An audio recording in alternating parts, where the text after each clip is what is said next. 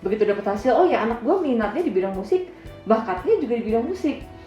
Jadi gue langsung nyoret semua kemungkinan lain, hidupnya anak ini gue juruskan ke musik.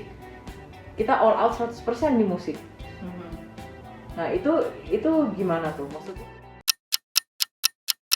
Perhatian. Anda sedang berada di ruang cerita santai non-edukatif bersama seminar edukasi musik.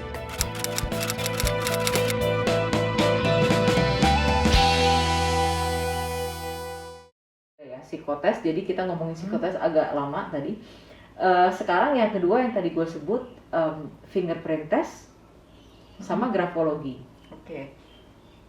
Fingerprint itu jujurnya ya belajar juga nggak pernah sih waktu kuliah, dan itu pun kan munculnya kayaknya baru ya, itu baru berapa 10-15 tahun terakhir kali ya, kayaknya belum. Hype-nya kayaknya pas gue balik sini tuh udah lagi hype tuh 2005-an gitu. Iya ya, mungkin dari 20 tahun yang lalu. Tapi maksudnya tuh bukan sebuah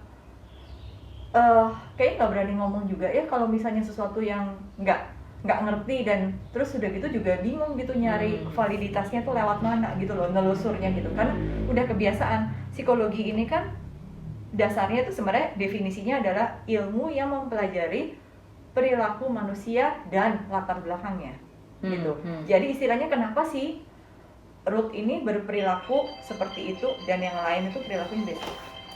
Maaf, alarm suruh minum. Oke. Gila, YouTuber kacau. Bukan YouTuber. Oke. Nggak apa-apa, lanjut. Aku minum dulu bentar. Ya. Tapi go ahead. Tadi sampai mana tadi aku ngomong? Oh, fingerprint ya. Sampai situ ya. Nggak, lu bilang psikologi itu sebenarnya ya, adalah Oke. Nah, ketika bilang ilmu yang mempelajari perilaku manusia dan latar belakangnya, maka kan mesti ada penelusurannya gitu. Kenapa perilaku begini keluar di situasi tertentu dengan orang tertentu di waktu tertentu juga gitu, kan gitu ya.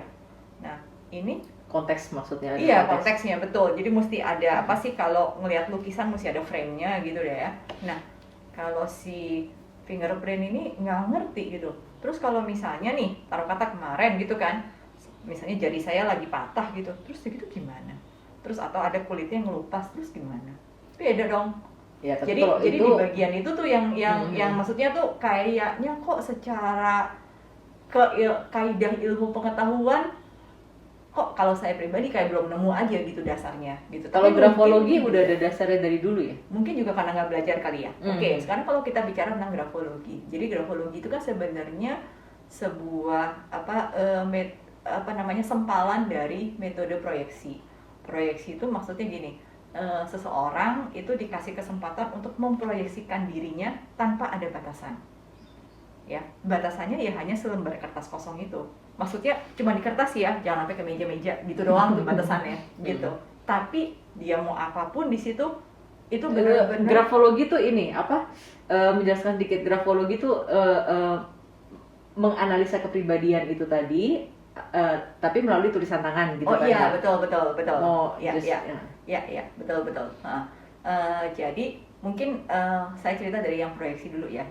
Jadi hakikatnya dari metode proyeksi itu adalah seseorang punya kebebasan untuk mengekspresikan dirinya apapun di dalam lingkungan yang diberikan itu. Tidak ada aturan, tidak ada pembatasan. Ya batasnya hanya kertas itu aja. Dan harus nulis kan, nggak boleh gambar kan? Nah, di dalam proyeksi itu ada beberapa. Ada yang gambar, ada yang nulis gitu. Nah, ini masing-masing punya objektif yang berbeda juga. Di dalam grafologi yang tulisan tangan itu sebenarnya ketika kita menulis itu kan batasannya lebih ada ya, karena gini, huruf A ya begitu ya, huruf B ya begitu bentuknya gitu. Ketika kita membuat huruf A itu dengan bentuk yang berbeda, maka si pembaca mungkin tidak akan ngeh bahwa itu adalah huruf A. Oke? Jadi sebenarnya batasannya hanya ada sebuah konsensus bersama yang orang-orang itu ngerti kalau A tuh ya begitu, Z tuh ya begitu bentuknya gitu. Sedangkan kalau gambar pohon lebih luas gitu maksudnya. Betul. Nah, itu ketika kita menulis. Dan juga ketika kita menulis biasanya itu terjadi proses menstrukturkan dan mengontrol. Karena ketika menulis itu kan biasanya kan kita mesti, kalimatnya kan mesti bunyi, ya kan? Saya pergi ke pasar, ada subjek, ada kata kerja, predikat, ada objek gitu kan, atau ada keterangan kayak gitu ya. Nggak nanti misalnya cuman saya pasar pergi ke gitu kan, itu mencerminkan sesuatu juga gitu, berarti nggak ada fungsi kontrolnya, nggak jalan tuh, atau fungsi apa penyusunannya nggak jalan tuh gitu ya kan. Jadi biasanya di dalam grafologi itu lebih terlihat bagaimana seseorang mengekspresikan pemikirannya gitu. Tapi jangan salah, grafologi tidak bisa mengukur intelektualitas. Nah itu Nggak bisa ya? mengukur kecerdasan.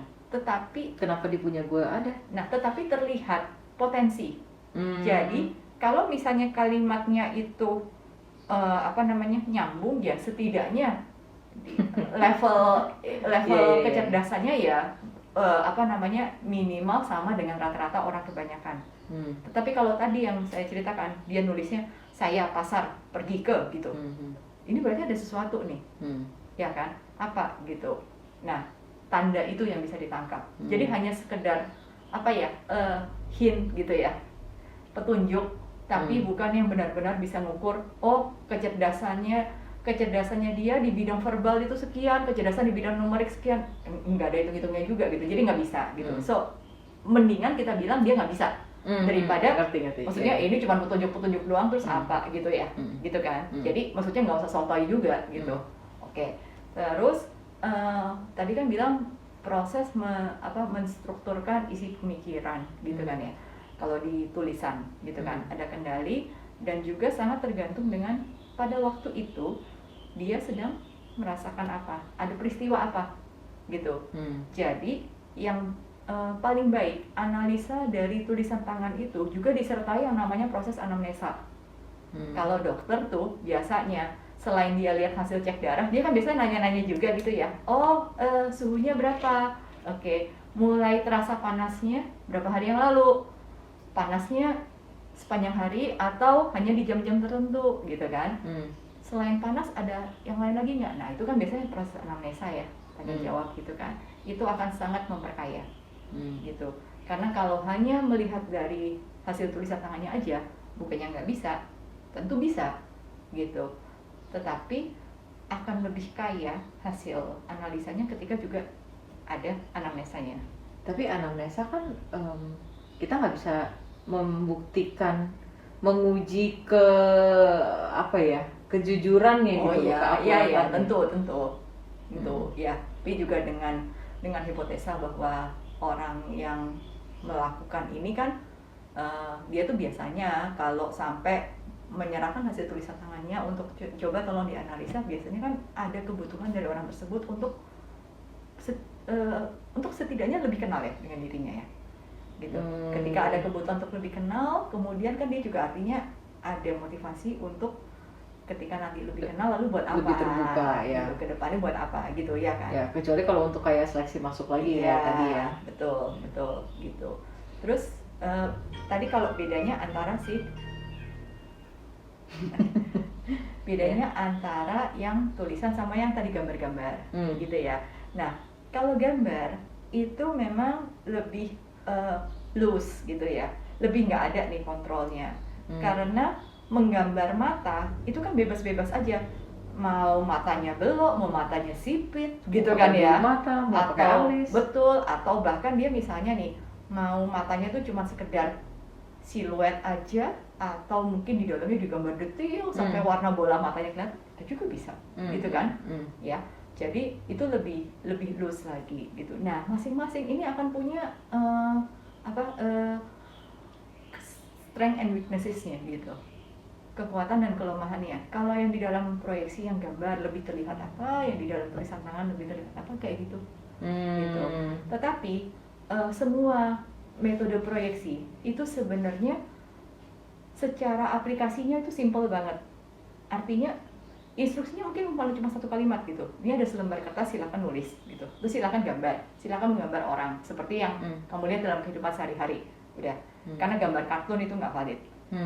Ketika nanti dianya ngotot gambar kartun, itu adalah sebuah indikasi kayak gitu. Nah, tapi beda dengan yang tadi tuh yang kayak misalnya hitung-hitungan deret angka, itu kan biasanya ada timingnya, kemudian juga dia nggak bisa tanpa persiapan ya, harus bawa soal gitu kan. Iya, iya, Soalnya iya. juga mesti terstandar kan, nomor 1 begini, nomor 2 begini gitu, kayak gitu. Nah, jadi memang proyeksi itu kalau secara apa kemudahan melakukan sangat mudah, tapi dia itu kalau kita tanya secara validitas dan reliabilitas, biasanya itu akan lebih punya isu ketimbang metode yang terstandarkan tadi gitu. Karena yang terstandarkan tadi kan udah jelas gapnya 1, 2, 3 gitu. Jawabannya juga udah jelas gitu. Dalam deret hitung tuh nggak mungkin nanti membuka 2 jawaban, ya cuma 1. Lebih sempit semuanya. Gitu, iya, lebih eksak gitu lah ya, lebih pasti gitu. Sedangkan kalau misalnya gambar orang aja, itu namanya draw a man nama tesnya ya. Itu satu psikolog dan psikolog yang lain ketika diberikan itu bisa membuka peluang interpretasi yang berbeda gitu. Oleh karena itu sangat penting untuk cek recheck cross check tadi dengan metode yang lain gitu, sehingga kita menemukan penjelasan yang lebih komprehensif mengenai orang tersebut. Bener, soalnya kalau gue ngebayangin kayak kalau satu angkatan di satu sekolah gitu psikotes, lu bayanginnya dari satu sekolah aja udah masuk 300 hasil psikotes gitu kan, yang harus ready minggu depan. Iya. Belum dari sekolah lainnya gitu. Ya, Jadi padahal misalnya dari satu lembaga psikotes aja kan paling hanya ada berapa Ya, psikolog maka dari itu yang mengerjakan tujuan dari pemeriksaan itu biasanya juga penting. Tujuannya untuk seleksi atau tujuannya untuk deskripsi. supaya dipersempit gitu ya. Iya, kalau tujuannya seleksi kan gampang ya, gitu kan? Ya kan, kita cuma misalnya pilih 10 dari 300 gitu. Iya kan? Iya, paham. Tentu kita nggak harus menceritakan setiap 300 nih masing-masing itu bagaimana gitu. Nggak ada nilai tambahnya juga sih. Gitu. Oke. Jadi kalau si grafologi ini atau grafologi tes ya, namanya apa tuh? Grafotes. Atau belum ada namanya? Tulisan tangan aja, grafologi nggak apa-apa bilang gitu. Tesnya maksudnya. Itu paling optimal atau maksudnya disarankan minimum usia berapa? Oke, pertanyaan yang bagus. Karena tulisan tangan berubah terus gitu. Benar. Tulisan tangan gue aja berubah terus juga. Benar. Tulisan tangan itu juga sangat dipengaruhi dengan kontrol motorik ya, terutama motorik halus, gitu kan. Jadi sebaiknya anak itu sudah di usia yang cukup ketika dia bisa melakukan kontrol motorik halus. Nah itu usia berapa tuh? Gitu. Kalau di piano mah 7 cukup tuh. Nah itu sebenarnya SD bisa gitu, kalau memang si psikolognya atau grafolognya itu memang udah punya jam terbang yang cukup, sehingga dia paham banget ketika di anak umur 7 atau umur 8 tahun itu nulis tarikannya seperti apa, kemudian ukuran juga penting loh. Iya. Gitu. Benar. Ya kan? Gitu. Iya. Karena kayak anak-anak barat gitu biasa kalau nulis lebih gede-gede dibanding anak-anak kita. Iya, banget. Iya, itu jadi memang ukuran matters banget. Oke. Ketika kita bicara tentang budaya tadi ya, jadi memang ada hal-hal yang kalau di grafologi tuh, saya juga belajarnya baru di sertifikasi yang master. Jadi kan ceritanya kan saya tuh ngambil grafologinya dari LPK Grafologi Indonesia, gitu. Itu afiliasinya dengan Karos Institute. Karos itu dari Ibu Erika Karos. Jadi Ibu Erika Karos ini seorang perempuan yang sangat hebat ya, sangat cerdas sih kalau menurut saya. Dia kelahiran Jerman, tapi kemudian karena di zaman perang waktu itu sempat mengungsi ke Amerika, gitu. Nah lalu sampai akhir hayatnya tinggal di Amerika, gitu. Nah beliau ini benar-benar mempelajari begitu banyak tanda di dalam tulisan gitu ya, dan kemudian juga melakukan studinya itu juga lintas budaya, gitu, sehingga akhirnya ketemu satu kayak norma gitu ya, norma yang berlaku secara internasionalnya itu segini gitu, ada normanya, tapi dia juga bilang bahwa seperti yang tadi Ruth bilang kan, overall itu di Indonesia itu sebenarnya mungkin beda dengan di negara lain, dan nggak usah bilang se-Indonesia deh, untuk ukuran tulisan seorang Ruth segitu itu udah besar. Hmm. Karena kalau dibandingkan dengan Hmm. yang lain-lainnya, nah itu juga ada. Jadi perbandingannya itu sifatnya dua, inter dan intra, Ngerti. gitu. Iya, iya. Kayak gitu. Indra yang dari dalam orang yang Iya, sama. betul. Itu sih wah menarik banget, dan kalau cerita ini bisa panjang banget ya. Iya, iya, iya. Oke, jadi kalau mau misalnya nih, jadi kalau jawaban singkat dari sebuah pertanyaan, jadi yang mana yang paling valid kalau saya mau ngeteskan minat dan bakat anak saya? Oke, kalau tadi kalau konteksnya adalah minat dan bakat, saya akan menyarankan untuk mengambil pemeriksaan psikologi dengan tujuan minat dan bakat. Nah itu nanti tinggal dikonsultasikan ke biro yang menyediakan jasa layanan tersebut. Oke, saya mau minat dan bakat itu artinya ada aspek intelektualnya, ada aspek minatnya juga, ada aspek bakatnya, ya kan, dan ada aspek kepribadiannya juga bagaimana, gitu. Karena ini nanti akan sangat mempengaruhi, gitu. Oke. Ya kan? Nah itu sih setiap biro biasanya punya ramuannya masing-masing deh, mau gimana gitu. Ya, terlepas dari mana yang bagus, mana yang enggak, atau apa tanda kutip bagus atau tidak, tapi ya. Tapi harusnya itu bisa menjelaskan kok, gitu. Dari si anak ini sebenarnya minatnya tuh kesini, tapi kemudian dia potensinya itu lebih baik di bidang apa gitu kan, dan gimana caranya menuju ke sana gitu. Nah, pertanyaan kedua sebenarnya yang lebih penting adalah bagaimana seharusnya kita tuh menyikapi hasil psikotes tersebut. Seperti tadi gue bilang, misalnya nih ada anak yang dari hasil semua psikotesnya ternyata dia itu minat banget di bidang musik atau di bidang art, specifically musik misalnya. Seberapa jauh kita tuh harus menyikapi, sebab gue tahu ada beberapa orang yang kalau begitu dapat hasil, oh ya anak gue minatnya di bidang musik, bakatnya juga di bidang musik, jadi gue langsung nyoret semua kemungkinan lain hidupnya anak ini, gue juruskan ke musik, kita all out 100% di musik. Nah itu gimana tuh, maksudnya apakah itu memang benar bakal optimal seperti itu? Kalau udah ketahuan minatnya jelas ke sono, bakatnya jelas ke sono, kita kondisikan ke sono all out gitu? Kalau memang minat dan bakatnya itu sejalan tadi ya, itu sih berkah banget sih, gitu. Dan memang sebaiknya juga di follow up, jangan dibiarin. Nah di follow up-nya tuh gimana ya gitu kan? yang sehat? Gitu kan? Oke, di follow up. Nah tinggal follow up-nya adalah kan ketika kita bilang minat itu kan masih cuma ngomong anggapnya gini ya, danau. Nah itu mungkin perumpamaan yang tepat ya. Minat itu adalah danau, jadi kan masih sangat luas ya, gitu kan. Dari sekian luas danau ini kita titiknya mesti di mana nih? Di pinggiran, agak ke tengah dikit, posisi tengah-tengah, atau mau yang gimana? Atau kita juga mesti pilih danau yang kayak apa sih yang mau kita ambil? Danau yang dalam, atau mungkin danau yang banyak ikannya, atau bagaimana gitu kan? Kan juga ada berbagai, di dalamnya itu pun masih peluangnya itu masih sangat lebar gitu. Kayak gitu ya. Bahkan bisa aja dia mungkin menempati 2 titik loh di dalam danau tersebut, karena memang orangnya juga ada juga orang-orang yang multi talent gitu. Tadi contoh si Ibu Erika yang tadi saya ceritakan itu, bayangin dia itu mempelajari psikologi. Jadi dia sebagai seorang psikolog dan kemudian mendalami grafologi, dan ternyata di akhir hayatnya itu sampai bisa menemukan formulasi herbal untuk mengatasi kanker. Kan hebat banget ya, gitu kan.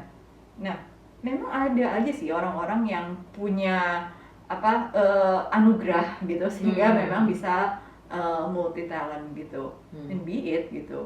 Nah, tapi kalau kita nggak pernah nyoba, gimana kita tahu ya kita punya bakat di situ, ya kan? Jadi itu ketika kita bilang bahwa oke, hanya ini, ya kan dalam hidup juga nggak setiap hari ya kita makan nasi goreng gitu toh, pasti juga ganti-ganti gitu kan. Jadi akan sangat baik ketika kita buka itu dan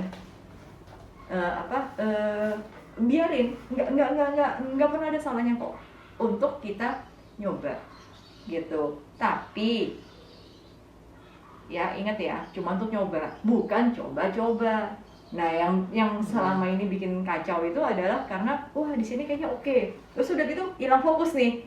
Lupa jalur utama itu yang ini kayak gitu. Iya, memang banyak anak juga yang terlihat smart waktu kecil dan dia ngapain aja tuh jadi. Iya, Jadi biasanya orang tuanya akan nge-push di semua bidang gitu. Iya.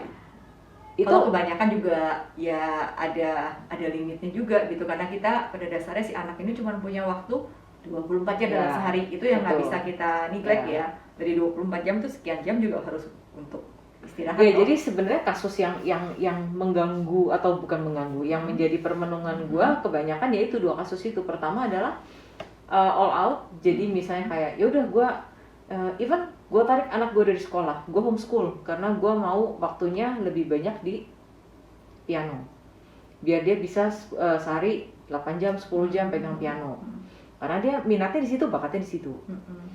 Kasus kedua adalah yang justru dia minat dan bakatnya tuh di semua tempat. Dia storytelling juara, Mandarin juara, ballet juara, renang juara, main piano juara gitu. Tapi itu kan umur 6 ya, umur 7.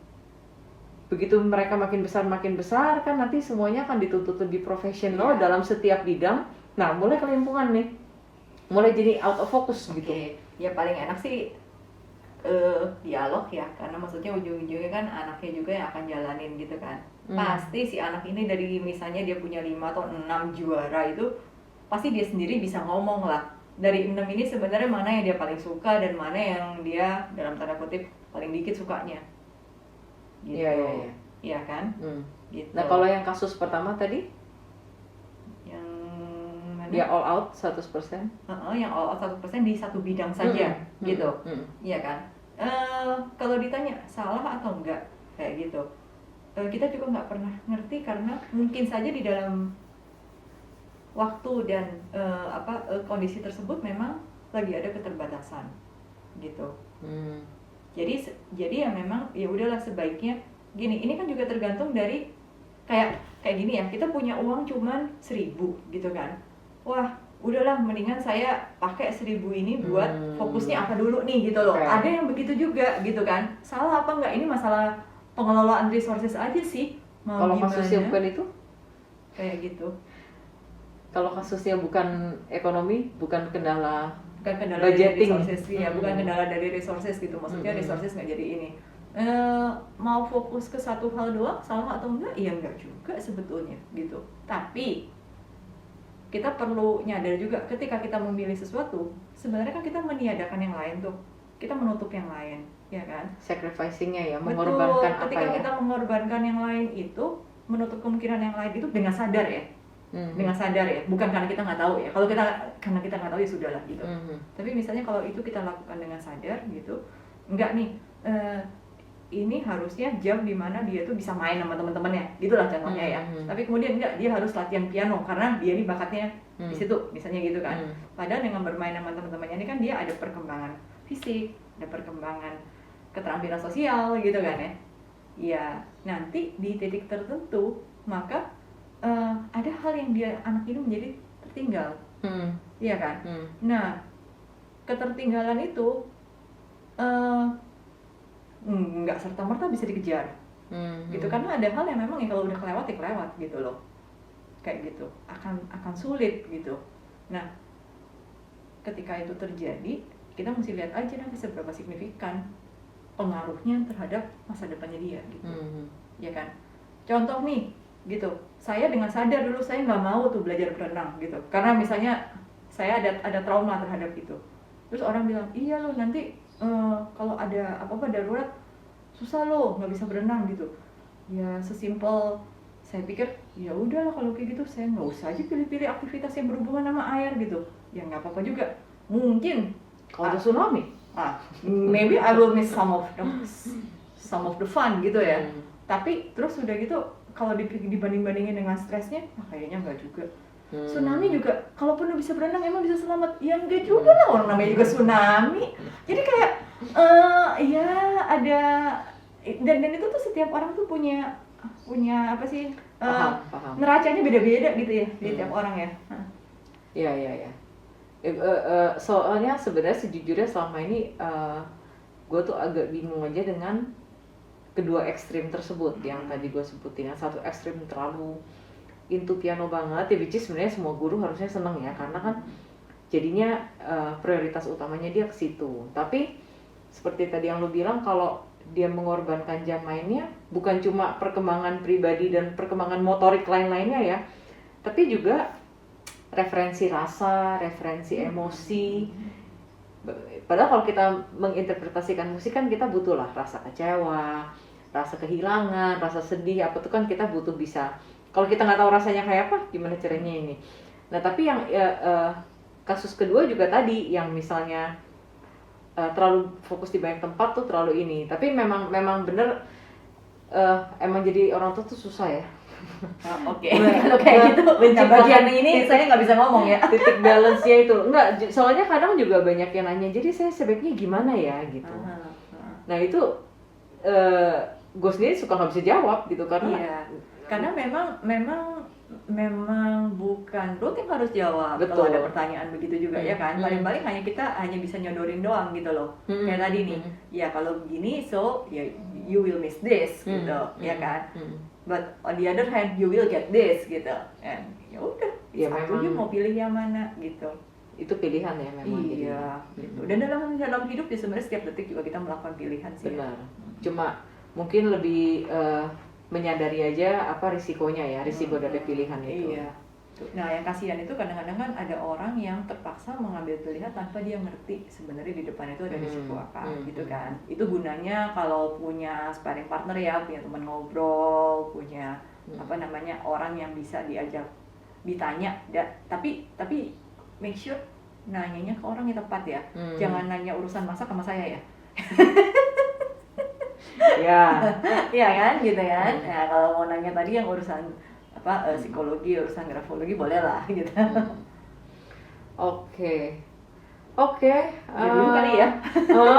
Thank you. Gue udah mulai kelingan juga. Semoga tidak terlalu membosankan, atau semoga masih bertahan sampai di sini. Kepingin sih bikin jilid 2-nya nanti. Mungkin either membahas grafologi secara lebih mendetail, atau membahas sisi psikologi dari perkembangan anak-anak. Boleh kalau yang memang sesuatu yang kira-kira saya bisa kontribusi, ya why not gitu ya. Oke, kalau begitu thank you banget sudah mau ngobrol. Sama-sama. Dan mengisi konten pertamanya Sam. Saya see you next time. Oke, thank you, stay healthy. Terima kasih sudah menonton.